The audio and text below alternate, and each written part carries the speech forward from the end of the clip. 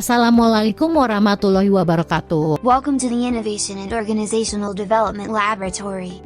This video will discuss how to do the forecasting with WinQSB software. Often we have difficulty in determining what kind of forecasting method should be applied to the data we have, and determining the forecasting method is not an easy thing. What must be remembered in forecasting is that there is no one forecasting method that is the most perfect. For the forecast itself, we use the time series forecasting type. In forecasting so that the method uses right, the first thing to do is to know the data pattern from the data you have.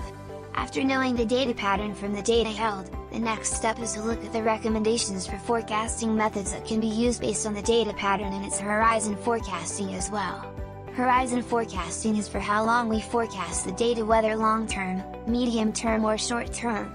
You can see on the screen. Don't forget to take a screenshot to make it easier to see in more detail.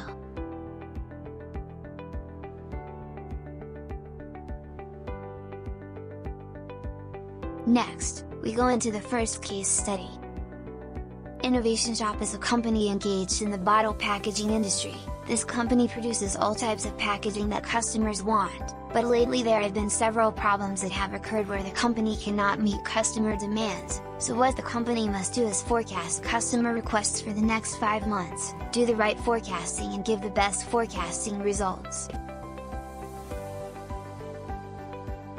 As previously studied, the first thing to do is to see the pattern of data from the data we have. The data that is owned turns out to have stationary data, where the data can only use a few methods that you have screenshots, such as the naive model, moving average, weight moving average, and single exponential smoothing. Next is let's open the WinQSB application on Oracle software. If you haven't installed it, please follow the installation method in the previous tutorial. After the WinQSB start page appears, then click as shown, then fill in the problem title Innovation Shop. Then the time unit is adjusted according to the case study. For number of time units, fill in the amount of data you have, then make sure the problem type is in the time series forecasting option. Then copy and paste the data you have from the case study into the historical data table as shown on the screen. And then click Solve and Analyze, then click Perform Forecasting, then a choice of forecasting methods will appear that can be used.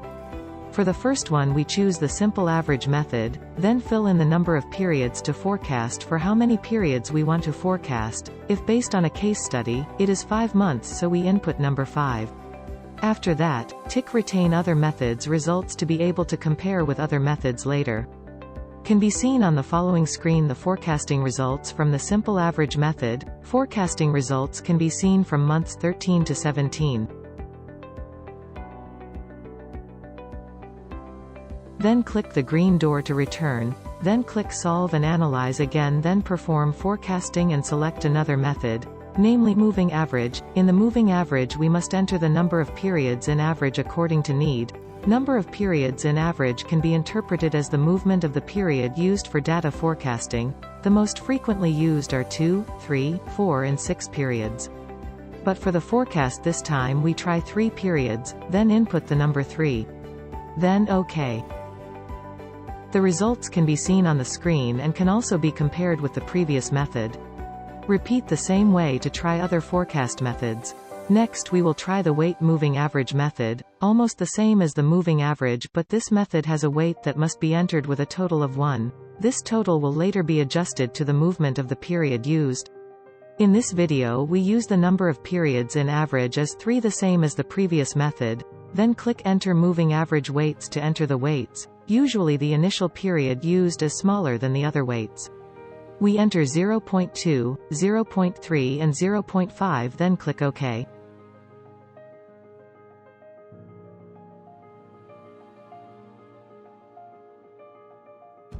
As on the screen you can see the results of the weight moving average method. Repeat the same way to try other forecast methods.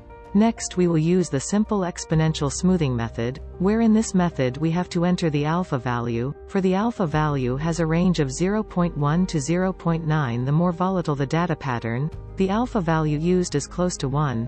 If the data is not volatile then the alpha value is used close to 0. From the data pattern, the data is quite volatile, so it is given an alpha value of 0.8, then click OK. It can be seen below the 4 forecast methods that have been used. Then how to determine the best forecast method? The results of these 4 methods can be seen from the smallest MAD value.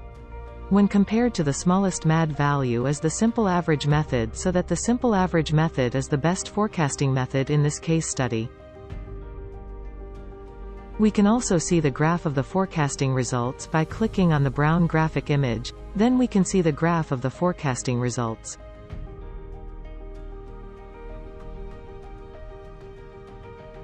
Next, we continue the case study for seasonal data patterns. The steps taken are the same as at the beginning of the previous step. Copy and paste the data you have and make sure the data pattern does indeed form a seasonal data pattern so that we can use the appropriate method for seasonal data patterns.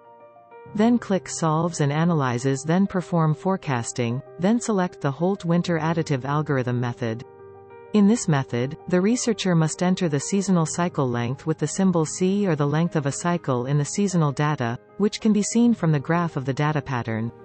It can be seen in the following data pattern that to produce one hill he has to go through 5 period points, but what is taken is only 4 points because the 5th point is included in the next hill.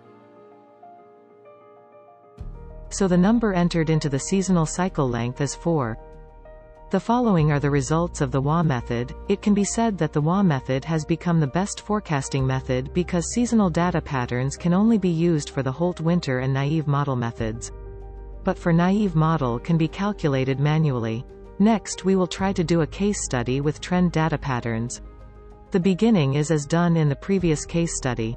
After having the data, we have to look at the data pattern first, but for the data pattern in this case study the data pattern given as in the form of an uptrend. Then we can use several methods for trend data such as single exponential smoothing with trend, double exponential smoothing and linear regression. In the single exponential smoothing with trend method, we must enter an alpha value according to data fluctuations. If the data is volatile then the alpha value is close to 1, and if the value is not volatile then the alpha value is close to 0. In this method we must also enter the beta value. The beta value is obtained from the accumulated result as 1 minus the alpha value because alpha plus beta is equal to 1. Because the data is not too volatile, the alpha value is 0.4 and the beta value is 0.6, then click OK. The results of the CEST method can be seen on the screen. Then let's try another method, namely the double exponential smoothing method, for the alpha value the same as the previous method, namely 0.4, then click OK. The results can be seen as follows. Next is to use the linear regression method. Without any configuration, just click OK. From these 3 methods, we can see from the smallest MAD value, the smallest MAD value obtained is the single exponential smoothing with trend method. From these 3 methods, we can see from the smallest MAD value, the smallest MAD value obtained is the single exponential smoothing with trend method. That's it for this video. If you have any questions, you can ask your assistant. Thank you.